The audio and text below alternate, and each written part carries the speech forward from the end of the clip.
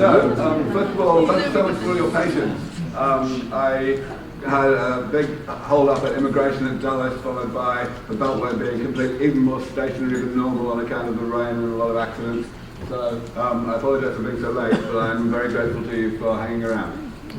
So I'm going to try and I'm going to basically give a reasonably short talk, perhaps only 30 minutes, so as to give lots and lots of time for questions and discussion and so on, because I know that these sorts of topics tend to get a lot of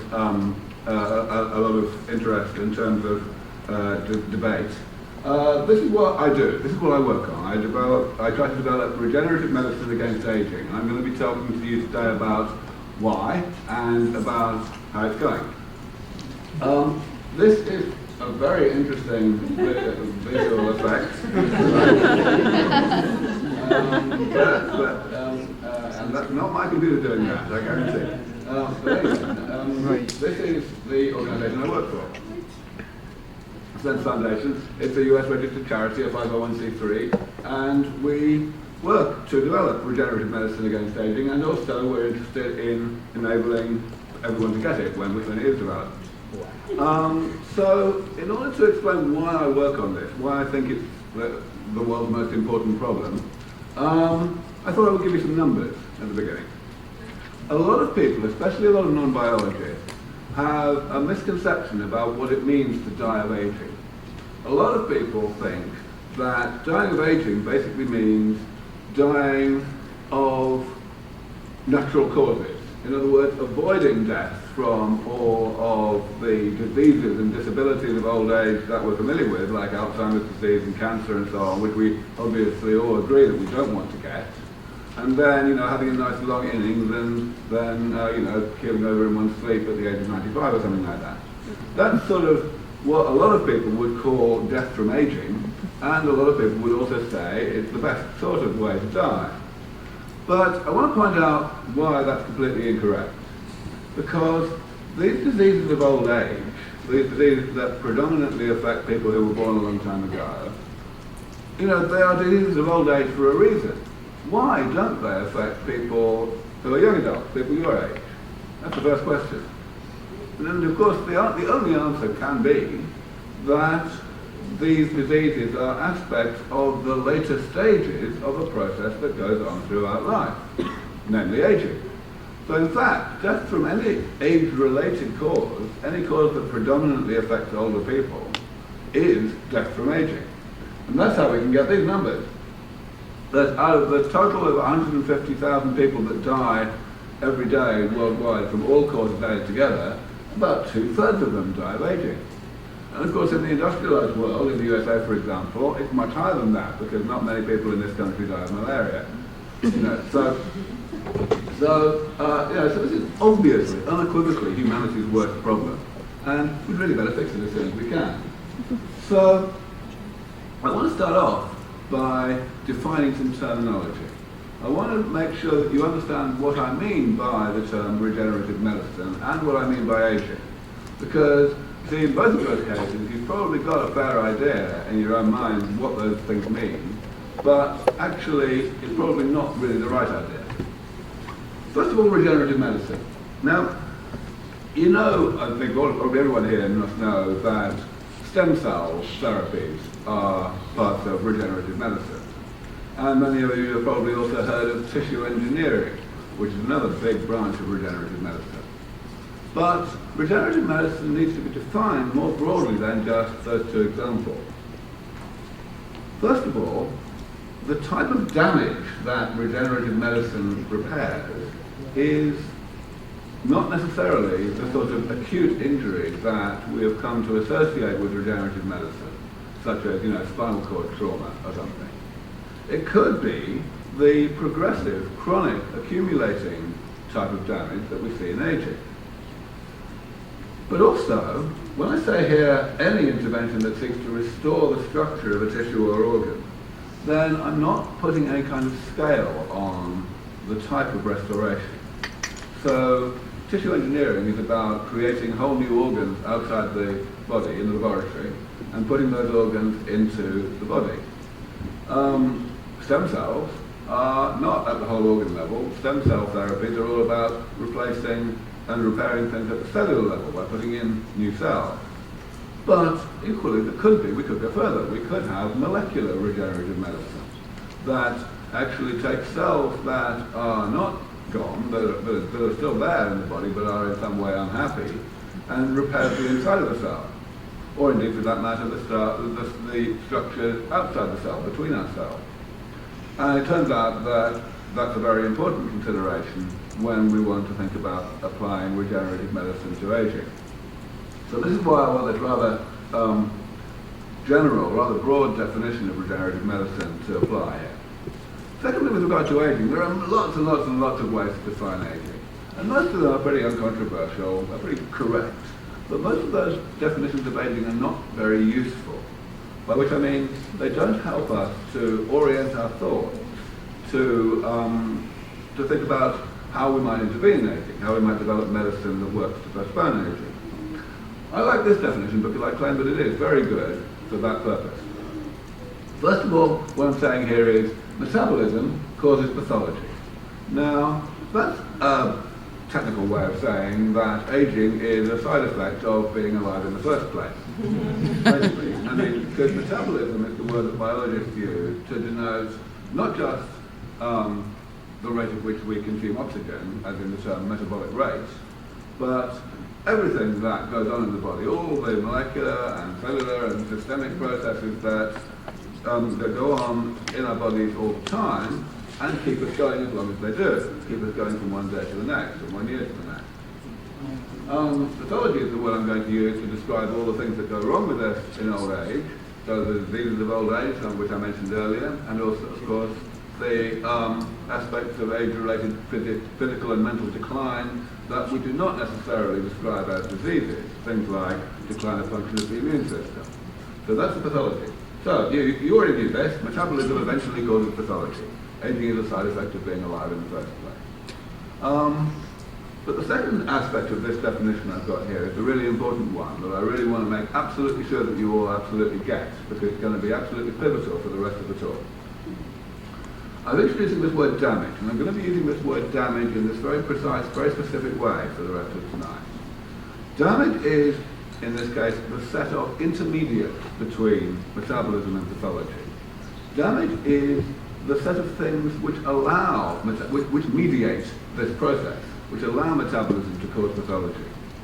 What they are the set of molecular and cellular changes that are created as side effects of metabolism throughout life, even starting before we're born.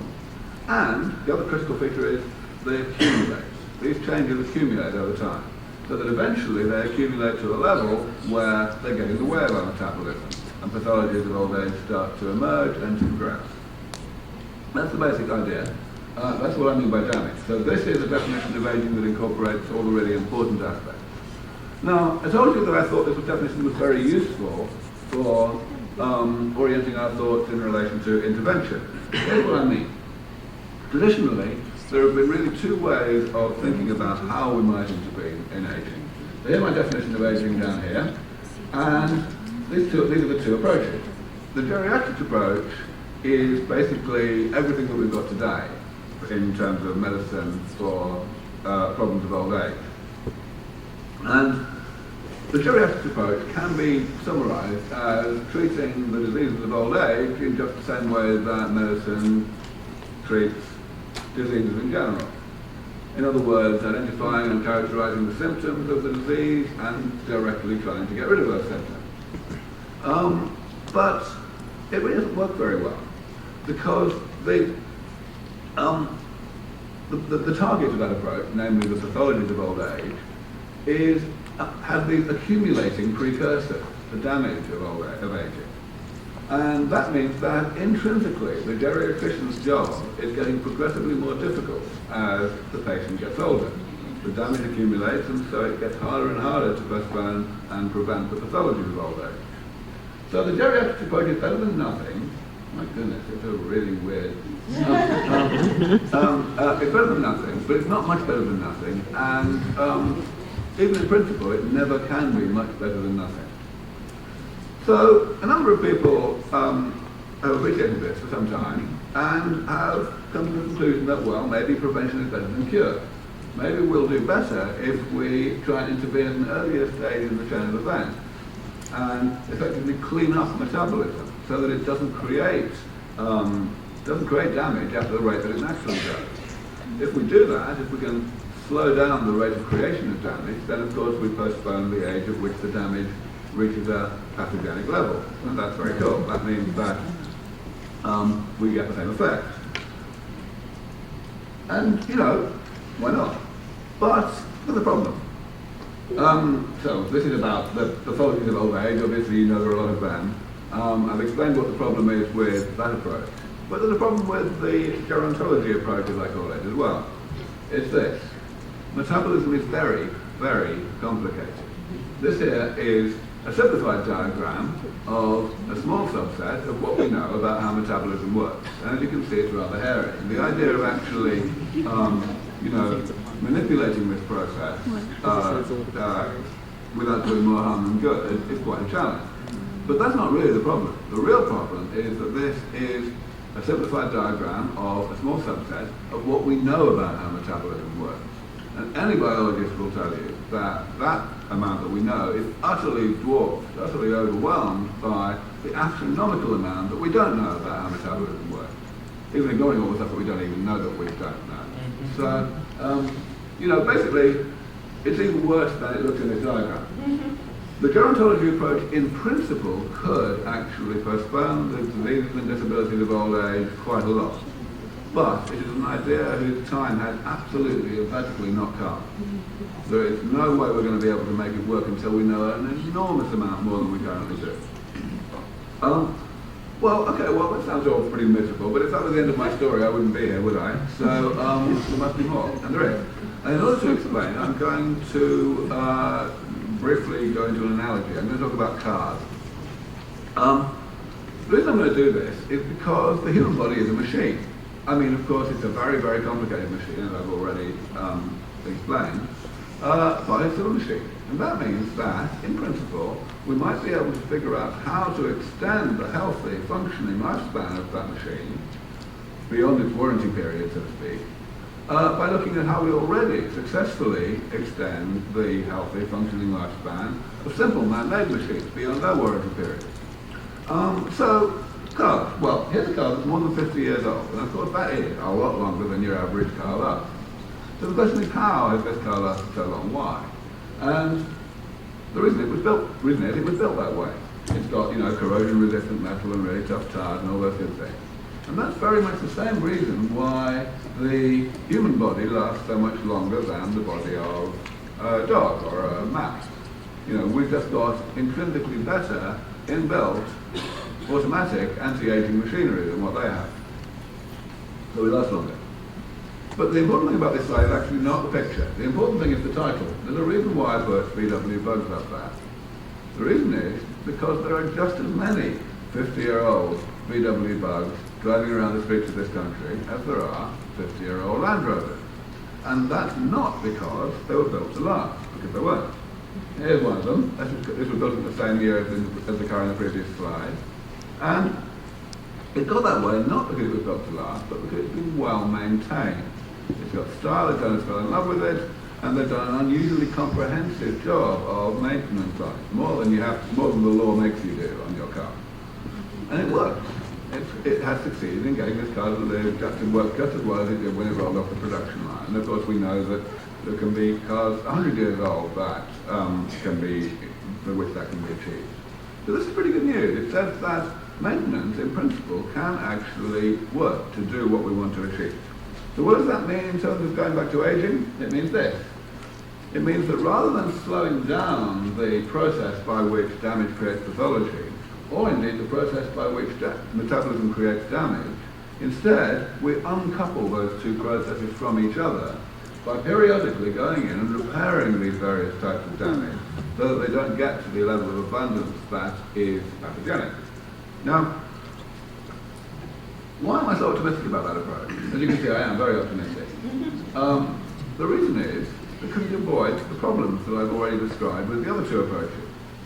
In the first case, it doesn't have the problem of this downward spiral of the geriatrics approach, because damage, by definition, is the ongoing side effects of metabolism. It doesn't have any accumulating precursors. So the maintenance approach does not intrinsically get harder and harder as the patient gets older.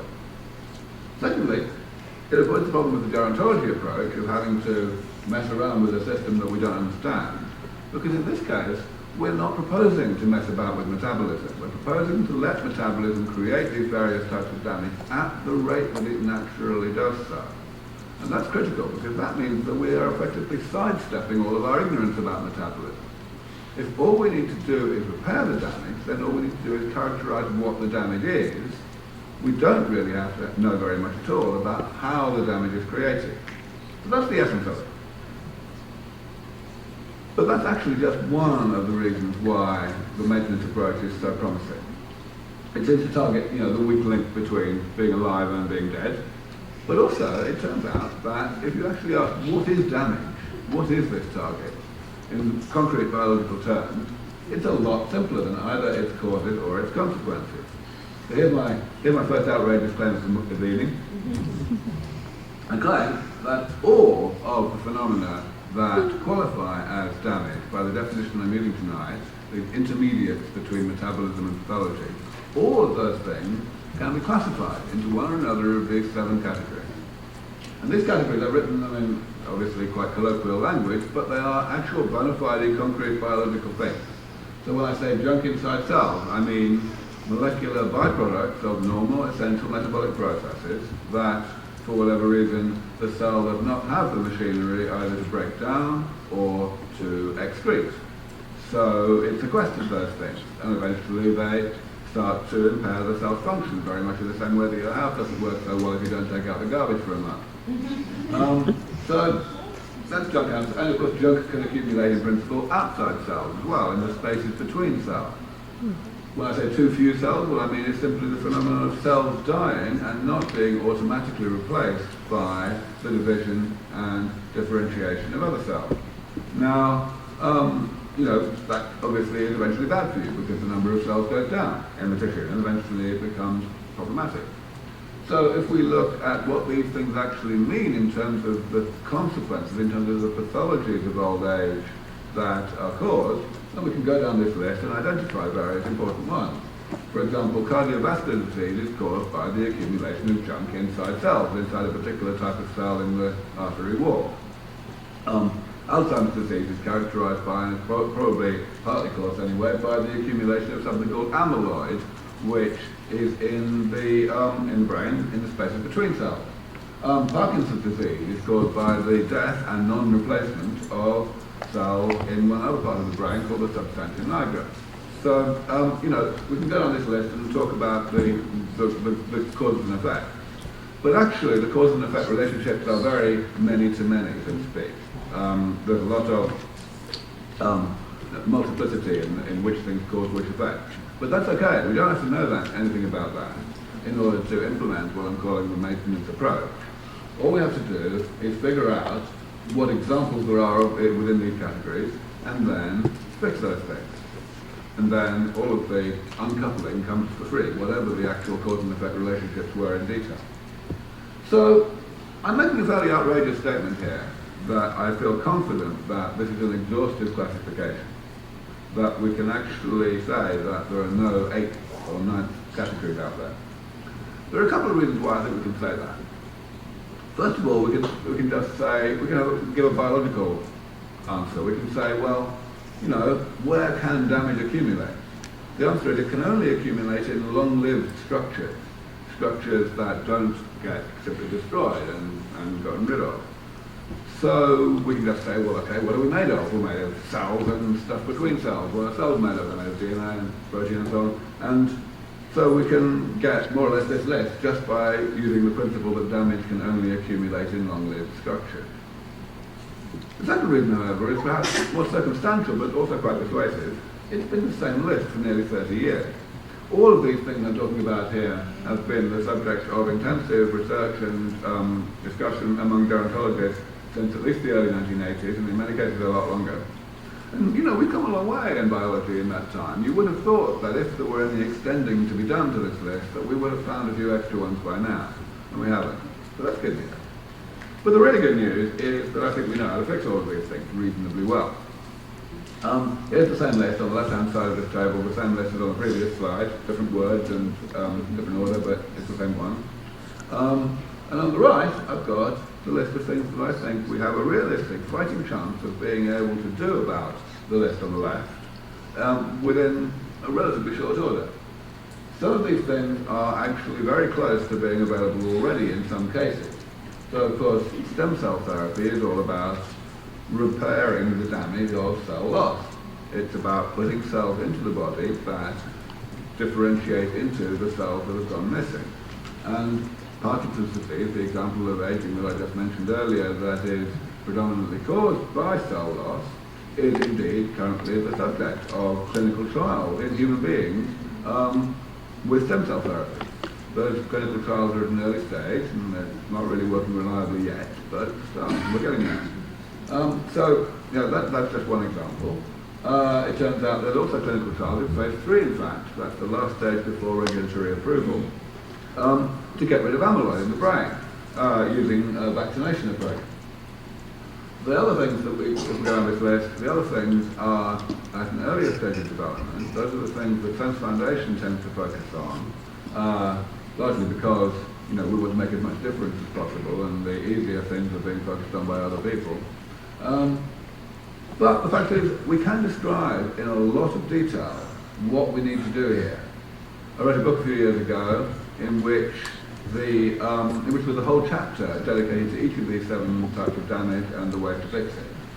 So we've got a lot of background information there. We've got a lot of pre-existing work on the basis of which to describe what we need to do to actually implement these therapies properly. So that's very good news. And what it means to me is I think we have a 50-50 chance of developing these therapies within the next 25 years. Now, of course, that sort of time frame has to be very speculative, because any time frame that's more than a few years in the future is always speculative in technology. But I think we have a 50-50 chance. I think we have at least a 10% chance of not getting there for 100 years if we hit a whole bunch of new problems that we haven't thought of. But, so what? A 50% chance is quite good enough to be worth fighting for. And what will these therapies actually deliver? How much longer will we be able to stay healthy and therefore stay alive as a result of these therapies? I think this much. I think we're going to get a roughly 30 years of additional healthy life out of these therapies. And the good news is, the really good news, is that it's going to be delivered to people who are already in middle age, let's say 60 or 70, when we actually start to deliver the therapy. So that means that if I'm right about my time frames, most people in this room will be able to benefit from these therapies. Yeah, now you're interested, aren't you?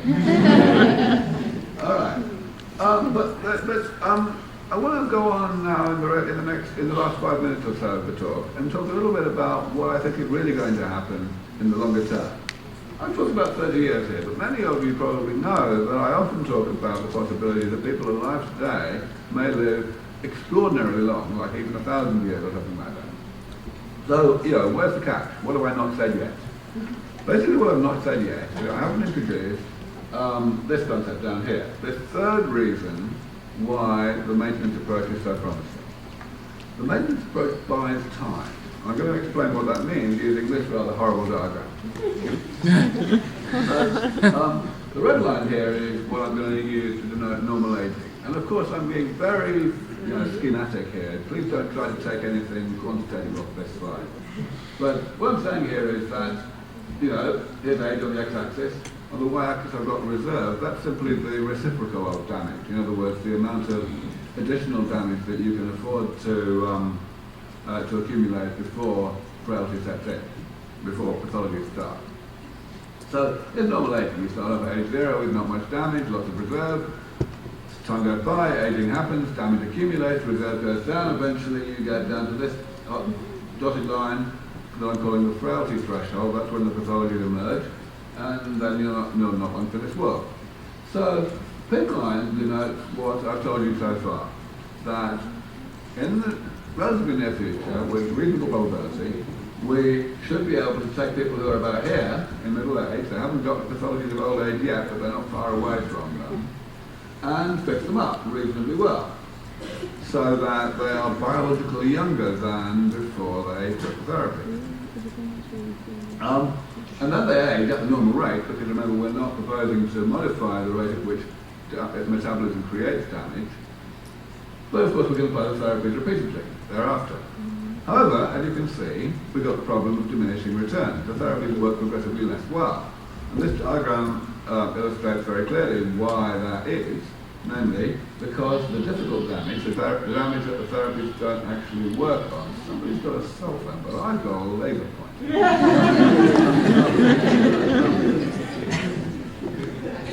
So the difficult damage that the therapy doesn't work on is continuing to accumulate unabated. And so eventually, on its own, it's enough to tip our hero over the frailty threshold.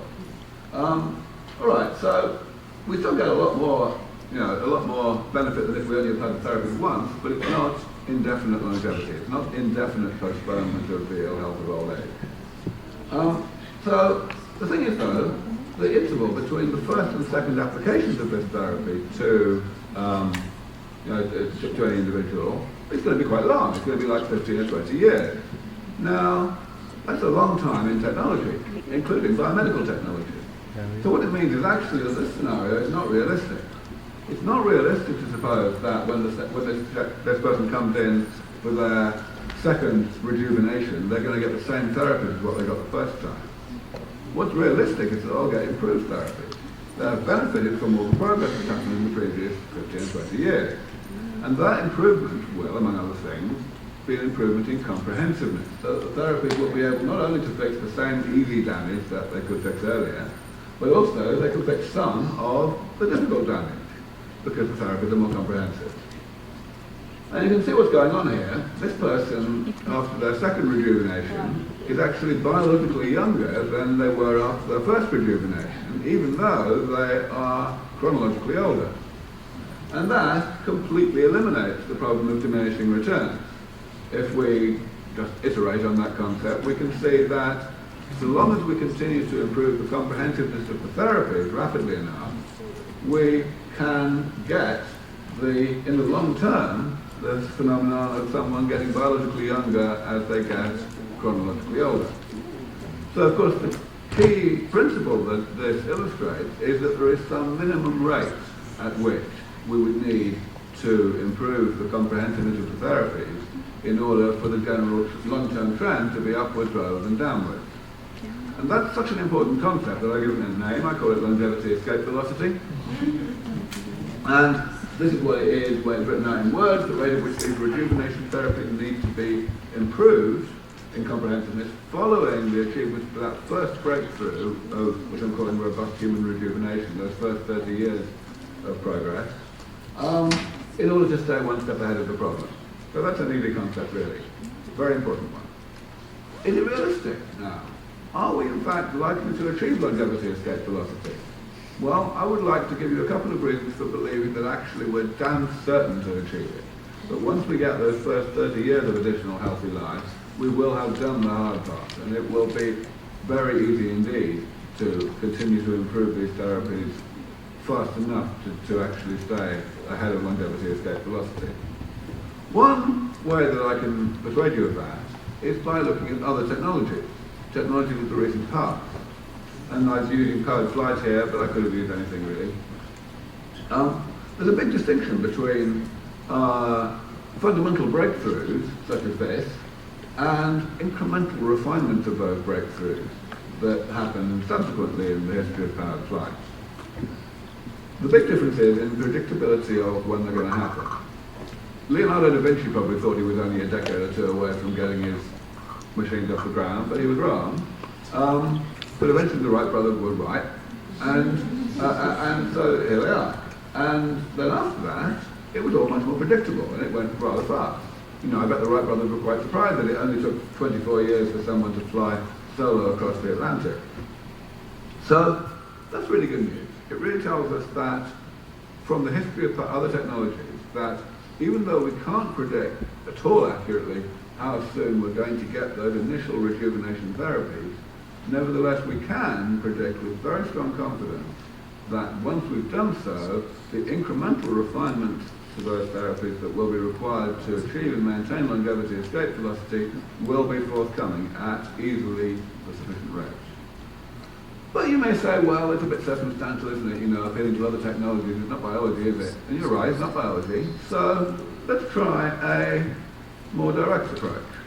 A few years ago, I worked on a computer simulation of aging that was arranged in such a way that we could ask the question, would these rejuvenation therapies actually deliver longevity escape velocity if they were improved at a realistic rate?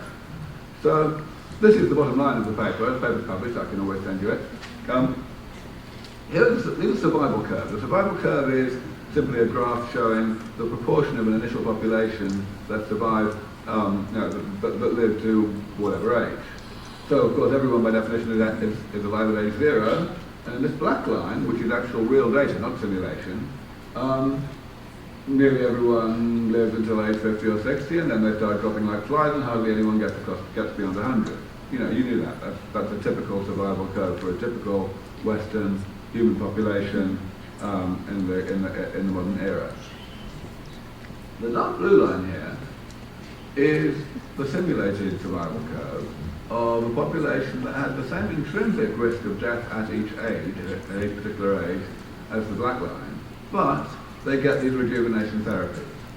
But they only start getting them starting at the age of 80. So of course that's why the two lines are overlapping until here, because half the people are dead by the time the therapies even arrive. But after that, not a lot of benefit. You've got some benefit for some people, but not a lot. And that's a very important thing for me to get across.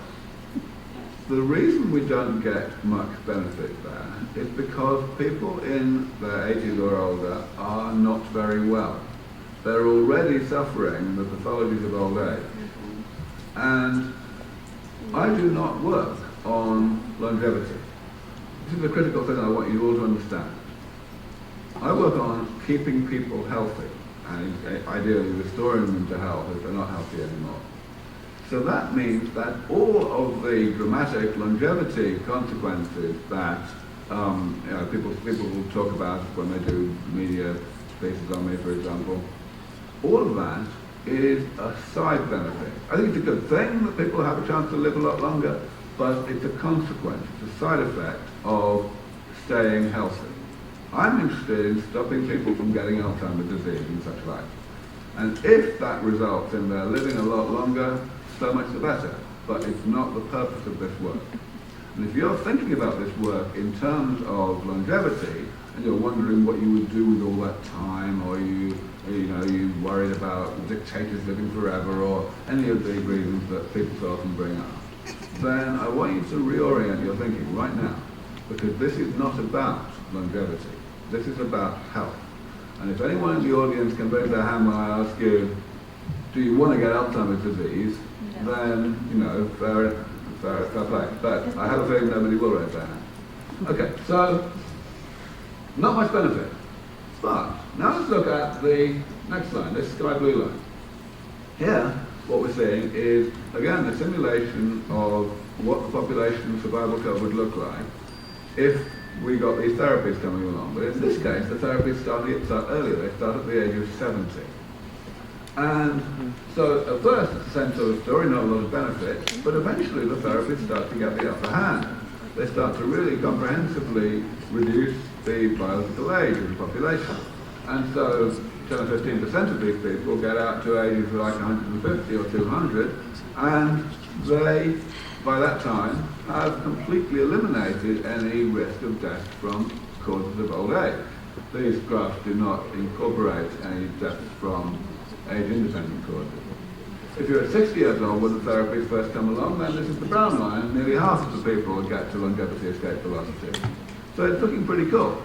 But here's the real kicker. In this particular run of the simulation, I was ludicrously, insanely over-pessimistic in my assumptions about how rapidly the therapies would be improved. This is what I said, see? the therapies are doubled in their efficacy, which means the proportion of damage that can't be fixed is halved, only every 42 years. Now, for goodness sake, 42 years is the distance between Lindbergh and Concord. That's how crazy it is to suggest that we would not achieve a doubling of efficacy in 42 years. Okay. And still, even if we make that assumption, we still get longevity escape velocity completely unequivocally. So, I know that the idea of longevity escape velocity, the idea of staying one step ahead of the problem indefinitely, is a very counterintuitive one. I know it is. But the fact is, it's inescapable. If and when we get these first-generation rejuvenation therapies that confer as much as 20 or 30 years of additional healthy life to people who are already in middle age, then we have done the hard part. And it will be absolutely certain that the modest rate at which we need to continue improving those therapies in order to give indefinite postponement and avoidance of aging will be forthcoming. All right, so what this means in terms of longevity, I've told you emphatically I don't work on it, but people want to know. This is the sort of thing it means. The world record longevity at the moment is 122. Wonderful lady named Jeanne Calment from the south of France, who always had a different answer for the journalists on her birthday when they would come around and say, "What's your secret?" It was great. She always had a funny answer. But my favourite was when she was 120 and she said, my secret is I gave up smoking when I was 117. It wasn't even true. She gave it up, but then she started again about 6 months later. Anyway, we won't get people aged 150 until we develop these rejuvenation therapies that give what I'm calling robust human rejuvenation. But after that, because we've done the hard part, people who are only a little bit younger than the first beneficiaries will benefit comprehensively enough, thoroughly enough, that they can avoid aging indefinitely. And this is the sort of number you get. How do I get that number? Not out of the air by any means. 1,000 years is roughly the average longevity that we would expect to see people have if they had, however long they lived, the same risk of death each year that you guys have. In other words, that young adults in the Western world have. If you reach your 26th birthday, to take an example, then you're very unlikely to die before your 27th birthday. And if you take that probability and you just multiply it up, for each year, rather than having an increasing probability of death each year, the way we have today, then these are the sorts of numbers you get. So, what does this all mean? This all means you ought to be interested by now. Okay. So I hope you are, and this is the book I mentioned earlier. I wrote a few years ago, but it's still pretty up to date. And it talks in very great detail about all of the types of damage and the types of therapies that are needed to fix them. However, I do want to emphasize that it is for a general audience. In other words, it doesn't assume any jargon. So it's pretty tough going for a non-biologist, don't get me wrong, but if you've got patience and perseverance, you will get through it and understand it. Of course, Sense Foundation has a website, we have an email address, you're very welcome to write to us at any time, and I very much hope that you'll have a look at the website and learn a lot more about all of this that way. So I'll stop there, and I've gone over only slightly over the half hour, and I'm very happy to engage now in discussion of absolutely anything you might like. Thank you very much.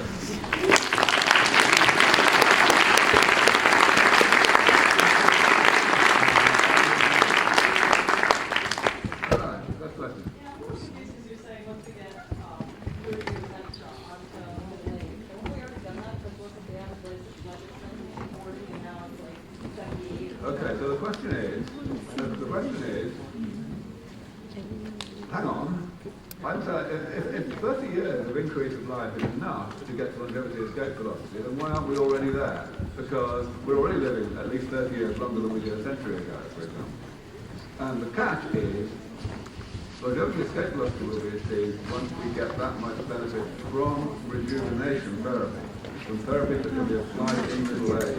The reason we're living longer now on average is because of impacts on early stage effects, on infant mortality especially, and also on early life phenomena that affect the body throughout life, like for example prenatal nutrition affecting one's biological age really throughout life. So these are things which do not deliver longevity escape velocity. because they have to be done too early in life. No. Yep. Okay. You mentioned some components of aging, seven things, and one of the things I noticed about the junction site cells and outside cells, some of them get a lot more attention from large drug companies than do others because some illnesses represent a much larger market than do others because you have a certain population of sick people, some of those sick people have lots of money, you get a lot of sick people with a lot of money, and that's the sort of thing that attracts a drug company more than another. So my question is, which of the 7 areas that you mentioned is the least amount of research dollars, and why? Right. So, so I think you were speaking loudly enough, but I don't have to repeat that question. Yes. It's a very important question. What is the interest of the pharmaceutical industry in all of this?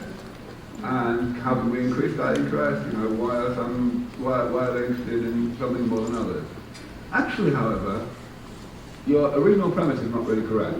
The drug companies in general are not really interested in these damage components at all, in any of them. They're much more interested in the pathologies themselves that result from the damage.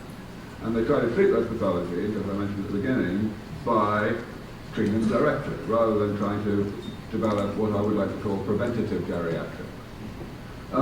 There's 2 reasons for that. Number one, preventative medicine is a hard sell in the first place. People just are not very switched on to the idea of subjecting themselves to an experimental medical treatment when they're not sick yet. And secondly, because a lot of these things are quite early stage. It's going to be a while before we develop these therapies, and Big Pharma wants to make money quickly. So even if they make that money by therapies that don't really work very well, and only confer a little bit of benefit, that's still easier than betting on something that may be 25 years away. Yep. I noticed in your I noticed in your 7 deadly sins, you stated that there were 7, and of course, the 2 that I noticed that would stand out most, where we could do the most about, would be the junk, since it's almost impossible for us to counteract mutations, and we can't really do anything about protein couplings. So what would be some natural ways for us to avoid the junk cluster portion in the beginning and throughout our lifespan to improve our longevity by mitigating the first 2 of the sins?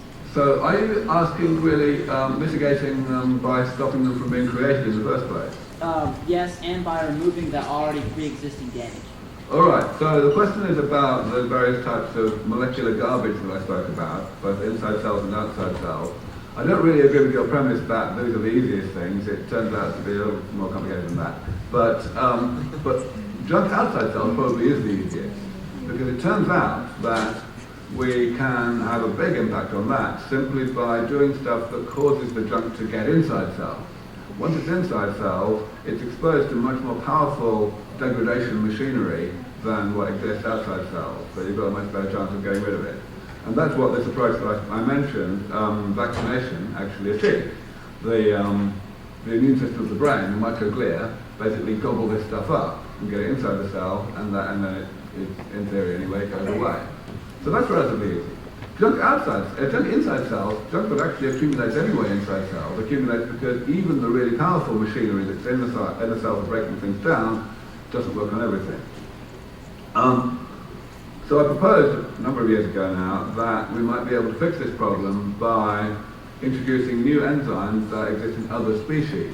And that's a very promising approach, and we're working on it with a lot of success in South Foundation's own laboratory and also at one of the labs that we sponsor in the university. But it doesn't work yet. It's pretty tricky. We've got to find the species that have the right enzymes, find what the enzymes are, modify the enzymes so that they work in our cells, then get them to work in mice, in living mice, and so on. It's a long project, but it's going well. Yeah? Right now, rich people live longer than poor people. Would your ideas increase that split, or would they minimize that split? I think that the economic divide between rich and poor in terms of availability of therapies will be much smaller and much briefer for these therapies than it is today in the case of most high-tech, expensive medicine. The simple reason I think that is because of the economic arithmetic from the point of view of the nation, i.e. the government. These therapies, unlike therapies for old age today, these therapies will actually work to postpone indefinitely the ill health of old age. And that means that they will postpone the expense that's associated with ill health.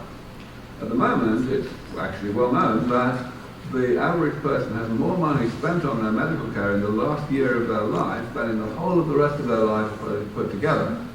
That's a pretty scary statistic, but it's true. And that money would be saved.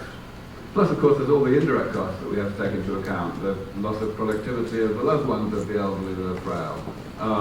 The fact that the elderly are no longer contributing wealth to society, which they could if they were in a biologically useful state still. So, what it really comes down to is that these therapies will be expensive initially anyway, but they will pay for themselves incredibly quickly.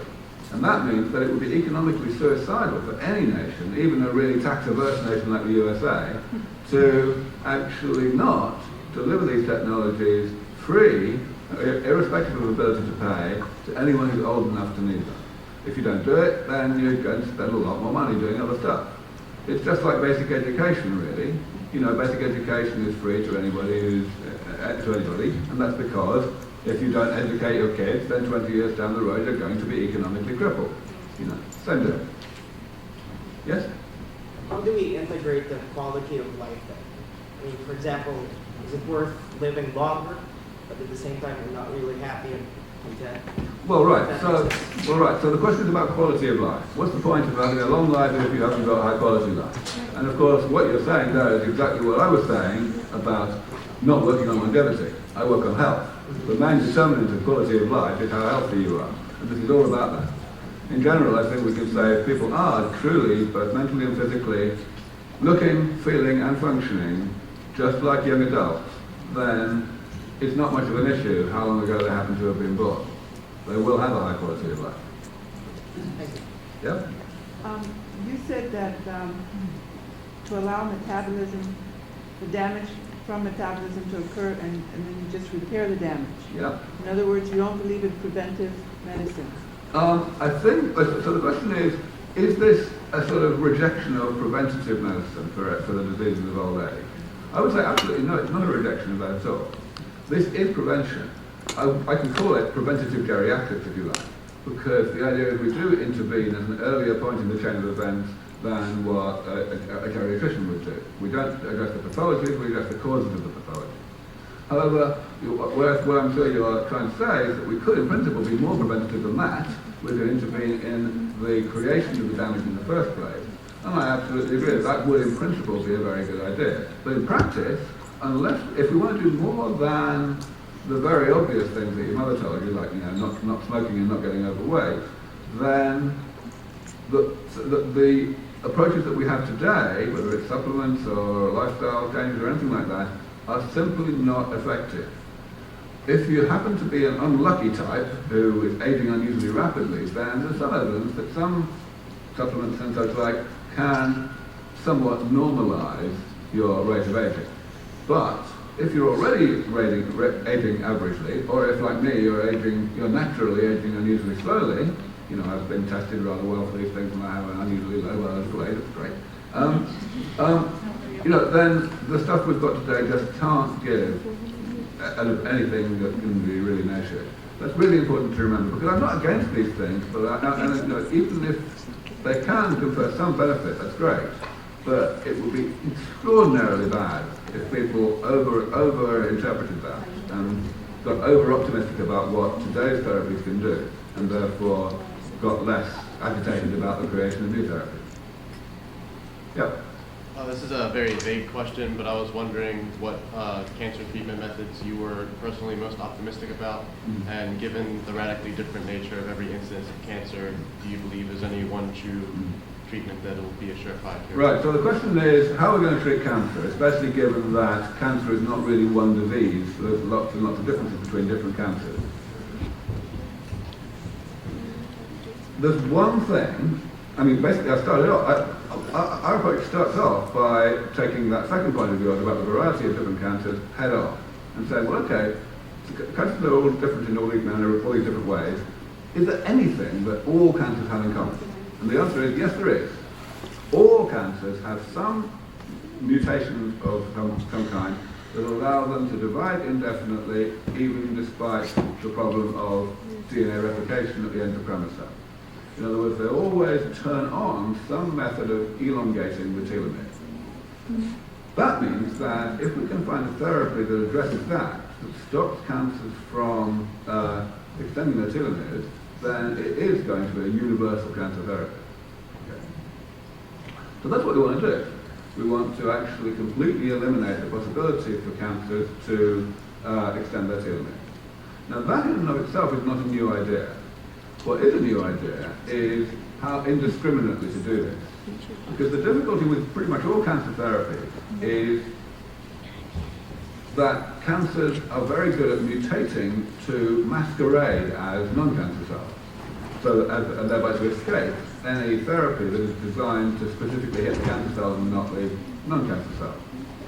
So the approach that we're looking at is to eliminate telomerase expression, probably genetically in fact, but not to worry about hitting non-cancer cells. Just go and absolutely hit everything. Now, of course, this will have a side effect or two. It will cause the elimination of the blood, for example, and the skin and the gut. But it won't cause it immediately, because those cells don't divide all that often. The stem cells of these tissues divide only every few months, which means we'd be talking about a period of maybe 10 years before we would run out of stem cells. And so the proposal that we have is that we might in principle be able simply to replenish those stem cell pools of those few tissues that have regular turnover. Replenish those pools, maybe every 10 years, with, again, cells that have no ability to make telomerase, even by mutating it on, but which have a nice long telomere initially. So that's the basic idea. Yep. I have one more question. Sure. It seems to me that your talk has a lot of assumptions built into it. Assumptions that the patient will get the proper diagnosis at some point to get the proper treatment. That the relationship with the doctor, the proper doctors will be trained properly to give them that treatment. That the healthcare system will provide, insurance or whatever to pay for the cost. Are these assumptions credible? I mean, So yeah, right. So the question is basically, how is this really going to pan out as optimistically as I say, given all of the things that have to go right? And I think it's very important to identify all of the things that would have to go right, and make sure that one has good reasons for believing that they will, before one can really have an optimistic overall conclusion. So let's go through one by one the things that you listed. The first one was about diagnosis. Now, hands up anyone in the audience who doesn't have aging. Well, that was easy. That was a quick diagnosis, right? So, I mean, the point, no, I'm not being frivolous here. The point is, everyone's got aging. Some people age faster than others, but not all that much faster. I mentioned earlier that the world record longevity is 122. Now, very few people die of age-related causes before the age of 60. Right, so we're only talking about a factor of 2 covering the entire normal range. So, it might end up just being more straightforward to give everybody these therapies at the rate that they might need them. And that means you're going to be giving some people some therapies maybe twice as often as they need them, but not the whole lot. It may be easier and cheaper to do that than to worry about measuring anything. Then in terms of the relationship, of training medical personnel, which is a big one that you mentioned. That's an extremely important thing, and here we get lucky, because I mentioned that I think we've got a 50-50 chance of developing these therapies within about 25 years, if everything goes according to plan. But what we're going to do first is get them working in mice. We're going to have proof of concept in mice. And that proof of concept will make serious headlines. It will be the case of taking mice that are in middle age and have had nothing done to them until then, and fixing them up, rejuvenating them well enough that they'll give an extra couple of years of a healthy life, that's going to make a headline or two. Now, of course, I'm indulging in classic British understatement about that. It's going to be complete fucking pandemonium. It's going to be, it's immediately going to cease to be possible to get elected unless you have a manifesto commitment to have a war on aging. And that means a number of things. It doesn't only mean putting enough money into this research to actually ensure that these therapies do come along only after another, let's say, 10 or 15 years from after the mine. It also means making sure that those therapies are indeed made available to people as soon as the people want them. So that may very well, I think it very much, almost certainly will, involve a big teardown of today's regulatory regime in terms of medicine. I think we're definitely going to see medicines approved at an earlier stage of testing, probably equivalent to today's phase 2. Also, it's going to require a lot more medical personnel because it's going to be a lot more people needing treatment. And these treatments are going to require, it'll be experimental obviously, so they're going to require a lot of monitoring and so on. So there's going to have to be a great deal of front-loading of investment in training medical personnel, building medical infrastructure and so on, in advance before these therapies come along. But luckily we've got those 10 or 15 years at least, between the mice and the humans, that will give the policy issues the time to shake down to actually, deliver these things in time before the therapies themselves actually arrive. So, you're absolutely right that we have to drill down to the specific concerns, the specific reasons why everything might not work, and then figure out exactly how we can make sure that they would work. And, each of these things needs to be analysed carefully. I don't claim to be a sociologist or an economist and so on. I'm only putting out there the initial scenario that I see, and it's for specialists in these areas to actually look at the details. The problem that happens at the moment is that specialists in these other areas, whether it's economics or politics or sociology and so on, that they tend to do is look at these details, forgetting that they are not biologists, and therefore, in other words, making incorrect assumptions about what technical progress is going to be made. Yeah. I may be out of touch here, but you have not talked very much about the link to the Taliban and that process, because I understood when I was studying this many years ago, the length of this thing determines. Yes, a lot of trouble was made by a man named Len Hayflick about 50 years ago. In fact, exactly 50 years ago. This is the 50th anniversary of Len's famous paper when he introduced the concept of cell-senescence. Okay. The idea, cell-senescence, that's what he called it. Where cells, if you ask them to divide and divide and divide, they eventually stop dividing. And quite clearly it was figured out that the reason they stop dividing is because of the shortening of these things called telomeres at the end of chromosomes that you mentioned. The problem is that we have to actually not just assume that that is actually telling us something about normal aging. Any experiment that you do in a laboratory in cell culture might or might not be relevant to normal age. In this case, it was the relevance was very, very slight, because the types of cells that they were used in those experiments and that are normally used in those experiments are a cell type that normally in the human body it does not actually need to divide very often. Essentially they use fibroblasts, which are cells from the lower layer of the skin, the dermis. And those cells are very good at dividing like crazy on demand when they're induced to do so, such as when you have a cut, a wound. But the rest of the time they're just hanging out, not dividing. So, what you're doing if you're doing cell culture, if you're asking these cells to divide and divide and divide, is you're creating a non-physiological situation. You're making these cells think that they're in an infinite-sized wound, right? That they never succeed in closing. So, really, that doesn't tell us anything about normal age. Now, however, it does, of course, raise some other questions. The questions it raises are basically, are there any other cell types that do need to divide a lot in normal life and have this problem? And the answer is, well, it's not really clear. Cells of the sort that I mentioned earlier in response to an earlier question, the stem cells of the rapidly renewing tissues like the blood, or the epidermis, the upper layer of the skin, or the gut, those cells have to divide a lot more often than your average fibroblast does when you take it and put it in cell culture. But they do divide a lot more often. And they don't do it just by starting out with humongous telomeres. They do it by expressing this enzyme telomerase that compensates for telomere shortening by lengthening the telomeres again.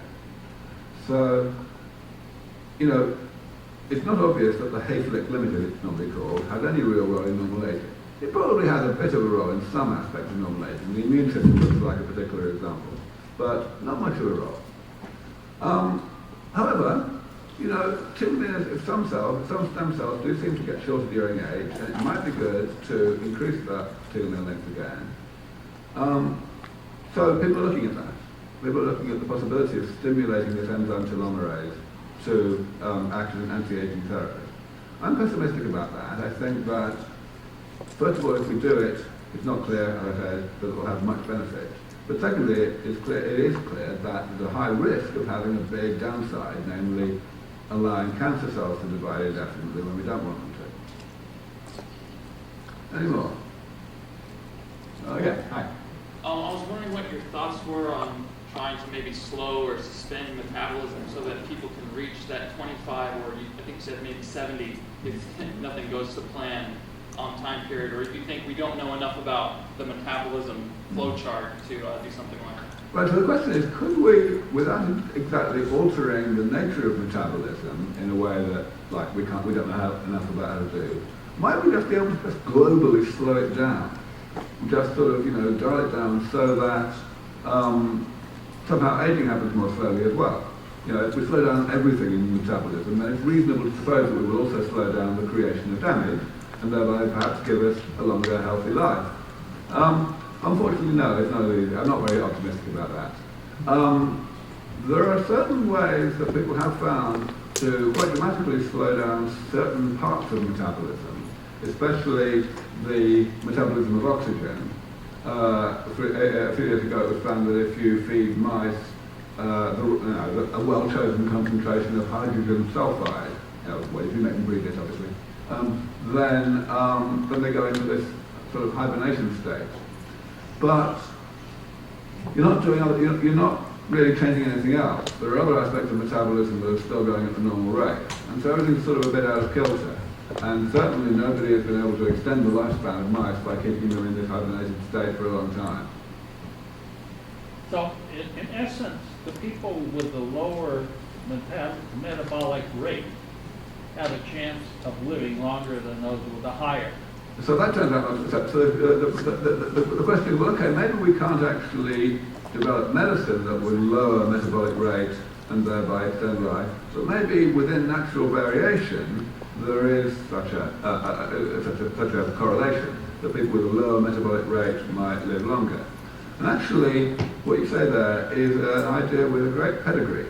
It was put forward very eloquently in the 1920s by a guy named Raymond Pearl, one of the earliest gerontologists. He basically advocated lethargy.